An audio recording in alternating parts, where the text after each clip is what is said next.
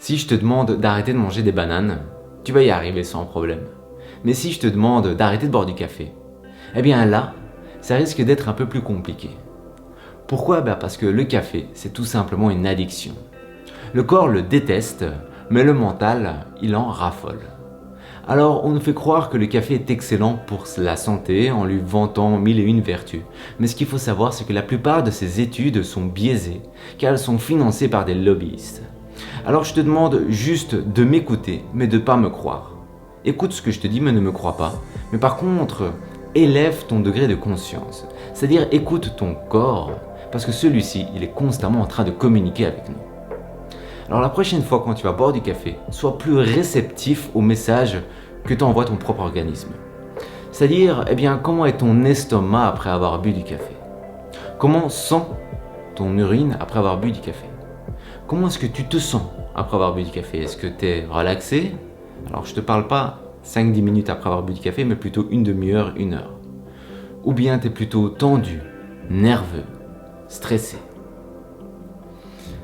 Alors, il y a d'autres désavantages à boire du café. C'est que ça augmente le degré de cortisol. Le cortisol, c'est l'hormone du stress, donc ce qui va augmenter ton anxiété, ta nervosité. Ça augmente la pression sanguine. Ça augmente aussi la déshydratation de l'organisme, c'est-à-dire que ça va accélérer le vieillissement de la peau. Ça va diminuer la production de mélatonine, c'est-à-dire que ça va diminuer la qualité de notre sommeil. Ça va augmenter le risque d'insomnie. Ça diminue la production de testostérone. Ça diminue l'absorption de certains minéraux comme le fer. Alors, il y a de nombreux désavantages à consommer du café. Alors maintenant, tu vas me dire, mais pourquoi est-ce que le café existe? Eh bien, il existe pour être consommé, bien sûr, mais avec parcimonie. Là, actuellement, on en consomme trop, c'est-à-dire tous les jours, plusieurs fois par jour et dans des grosses concentrations. Le café, il faut en consommer quand on a mal dormi. On a dormi 3 heures, 4 heures et on doit tenir la journée. Le problème, c'est que si tu en consommes au quotidien, c'est là le problème. Donc si tu es fatigué le matin, c'est que tu dois changer tes habitudes et pas augmenter ta dose de caféine. Alors si le café est aussi bon pour la santé qu'on nous le prétend, alors pourquoi est-ce qu'on le déconseille aux enfants? Il n'y a aucun aliment bon pour la santé qu'on déconseille aux enfants. D'ailleurs, si tu donnes du café à un enfant, il va le répulser, il va te dire « Burk, c'est dégueulasse ». C'était aussi ta réaction la première fois quand tu avais bu du café. Le corps le déteste, mais c'est le mental qui en raffole. Un peu comme la cigarette. La cigarette, la première fois, si tu as fumé, le corps il l'a détesté. Mais c'est le mental qui en raffole parce que c'est un aliment excitant. Et voilà, parce que la vraie raison pourquoi est-ce qu'il faut arrêter de consommer du café au quotidien, c'est parce qu'en yoga, le café est qualifié d'aliment rajas. Et les aliments rajas, ils excitent le mental.